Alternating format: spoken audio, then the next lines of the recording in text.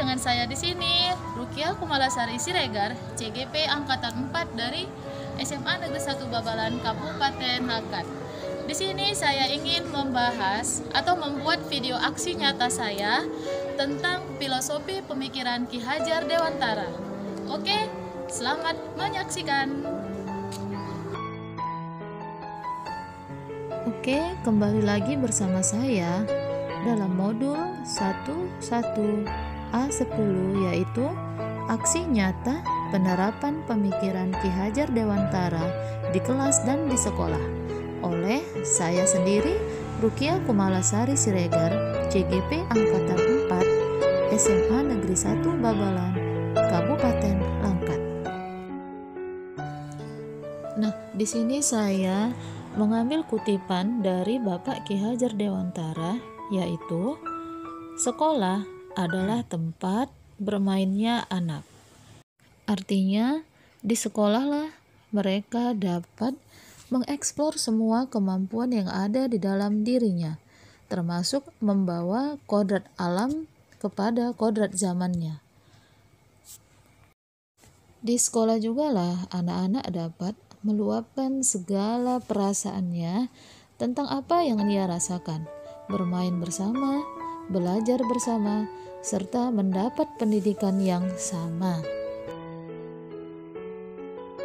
Setelah saya menerapkan pemikiran Bapak Ki Hajar Dewantara, maka perasaan saya selama melakukan perubahan di kelas, yaitu ingin berbagi energi positif ini kepada murid dan kepada teman-teman yang lain.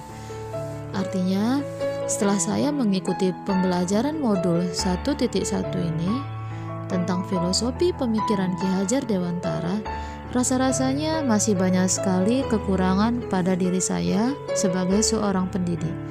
Banyak yang harus saya perbaiki, mulai dari memahami kondisi siswa, mendekatkan diri kepada siswa, dan lebih among kepada siswa.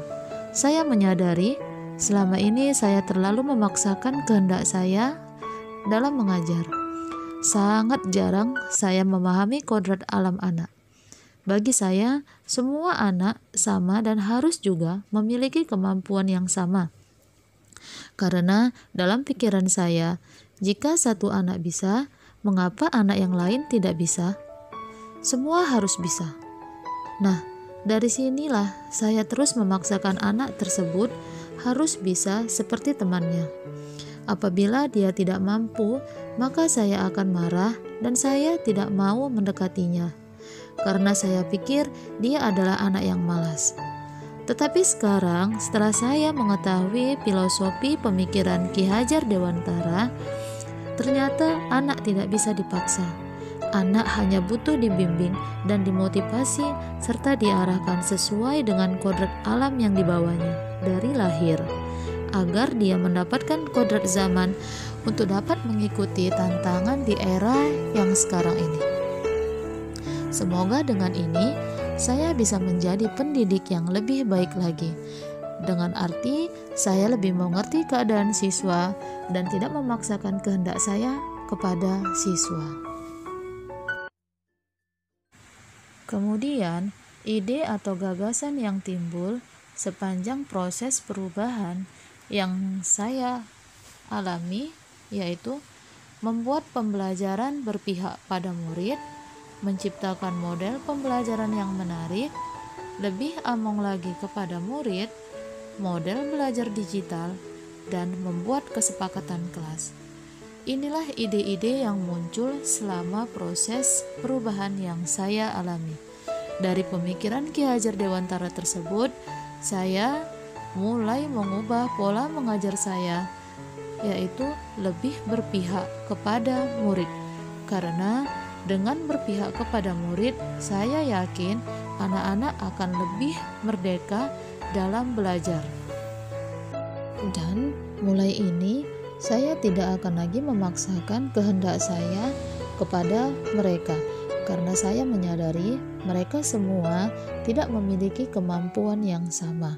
Maka dari itu, saya akan berusaha untuk menciptakan model-model pembelajaran yang baru agar anak tidak bosan di kelas. Tentunya tetap berpihak kepada murid. Saya harapkan dari keberpihakan kepada mereka, mereka akan lebih semangat dalam mengikuti pelajaran saya di kelas. Ketika mereka sudah semangat belajar di kelas, saya yakin hasil belajar mereka juga nanti akan mengalami peningkatan dan akan terjadi perubahan ke arah yang lebih positif di dalam kelas, sehingga anak-anak juga bisa merasakan apa artinya merdeka belajar bagi mereka.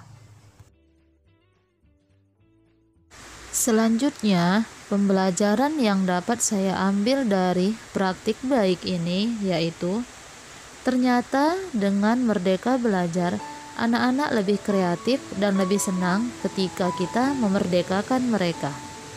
Yang kedua, mengeksplor seluruh kemampuan dalam diri untuk sekedar memberi tanggapan ataupun memberi pendapat, sehingga anak lebih percaya diri dan bersemangat untuk tampil di depan kelas.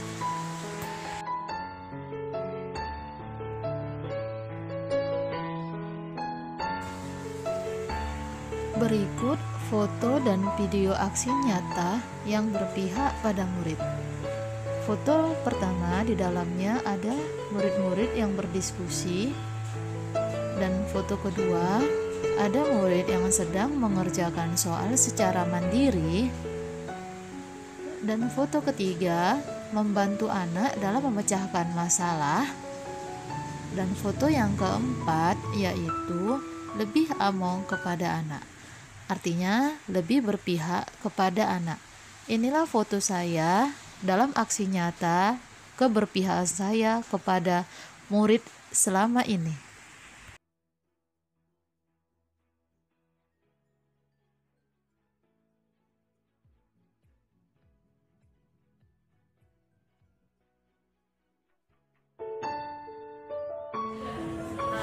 Kalau ini dia termasuk jenis inflasi yang ringan karena di bawah 10%. Paham?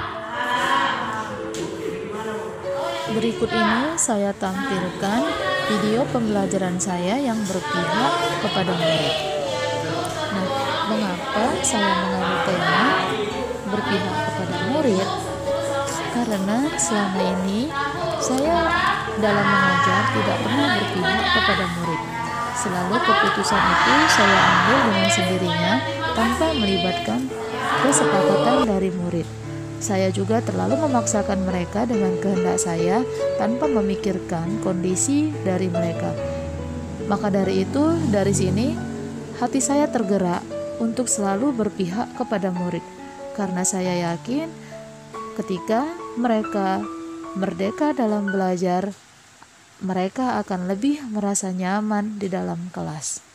Dan saya yakin ketika mereka nyaman di dalam kelas, maka hasil belajar mereka nantinya juga akan meningkat.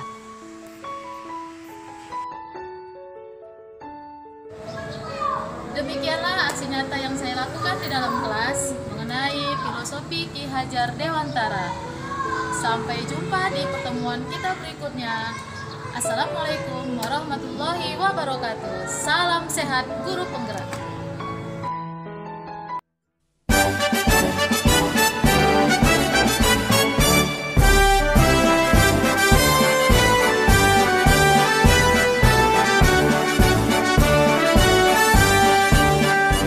Bulatkan tekad, kuatkan hati, negeri ini memanggilmu kawan. Belajar, bergerak, berbagi untuk negeri. Guru penggerak, majukan pendidikan.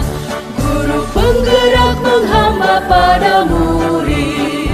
Kreatif, rancang pembelajaran. Hargai potensi, tingkatkan prestasi.